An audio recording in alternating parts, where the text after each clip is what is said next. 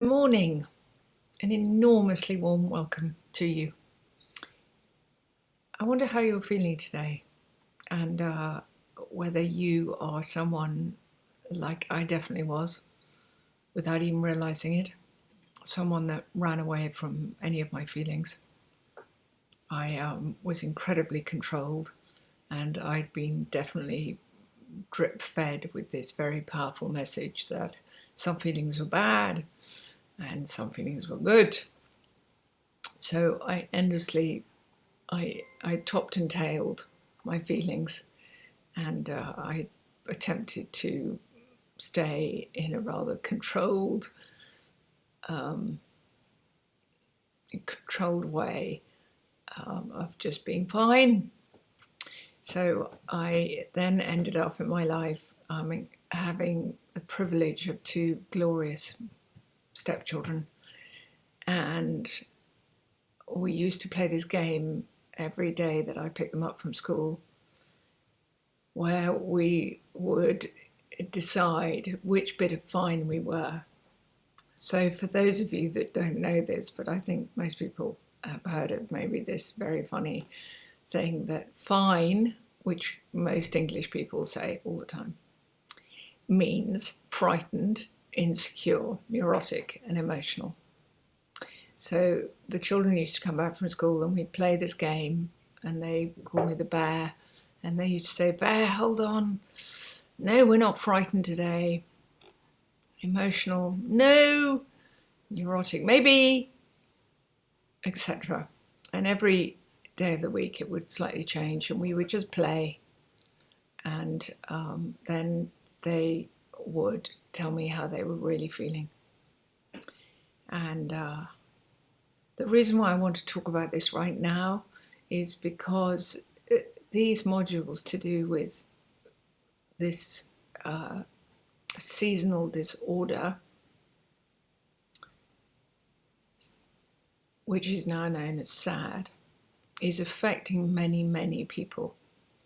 And I think one of the first things that I can share with you as a practitioner, which is really important, is that the winter season really is a time when we need to allow ourselves to hibernate and to slow up and to actually, believe it or not, allow ourselves to feel low and a little bit overwhelmed, a little bit frightened. Our anxiety levels are going to be slightly higher. And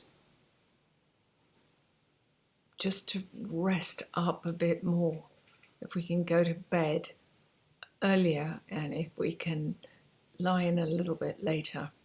Now, of course, those of us that have jobs, that's difficult. We need to keep on going, obviously. But when you are already dreading the winter, and now we have COVID, we are building all of these courses so that you can really, really know that you're not alone and that there is somewhere to reach out to. We really want to be in this together. I don't think there's anything worse than sort of having some overwhelming emotional responses and then thinking that maybe they're not appropriate. So if they weren't bad enough by themselves, a huge amount of people that I've worked with then feel that they shouldn't be feeling whatever they're feeling. That was my own experience. And even as a practitioner, I constantly felt as if I shouldn't be feeling whatever it was that I was feeling. Whether it was sad or lonely or frightened or frustrated or happy, or it's very interesting. I'm going to give you this takeaway thought. In the English culture, particularly if you're a woman, actually, just have a think about this. We're almost not allowed to laugh too loud. We're not really encouraged to be enormously, outrageously happy. And a girlfriend of mine and I do this thing at least once a week where we challenge each other to have an enormously, ridiculously fun day, no matter what. And we just practice having fun, even though both of us might be really struggling with actually feeling quite miserable, because the winter's quite miserable sometimes.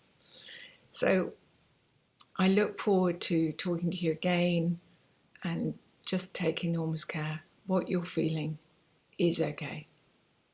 It helped me hugely to begin to let go of that awful, awful idea that I had to be a certain way the entire time. That actually wasn't very real, but that is what I picked up. Bye.